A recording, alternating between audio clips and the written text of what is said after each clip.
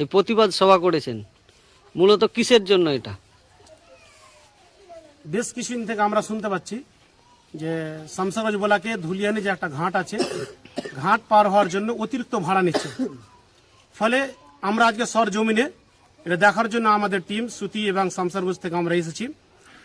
সত্যিকার আমি দেখতে পেলাম যে ঘাটে কিছু মানুষ বসে আছে, তারা আমরা 4 জন ছিলাম, 4 জনের কাছে 10 টাকা করে 40 টাকা ভাড়া নিল, আবার নৌকাতে নিল। আমি তাদেরকে জিজ্ঞাসা করলাম যে আবার কি ভাড়া লাগবে?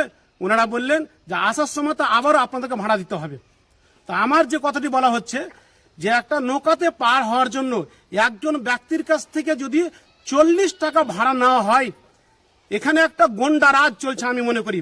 আমি দেখতে পেলাম যে মুর্শিদাবাদে যে লালবাগে জিয়াগোজা নদী পার হতে গিয়ে 5 টাকা ভাড়া নিল, যাওয়ার 5 টাকা, আসার 5 টাকা।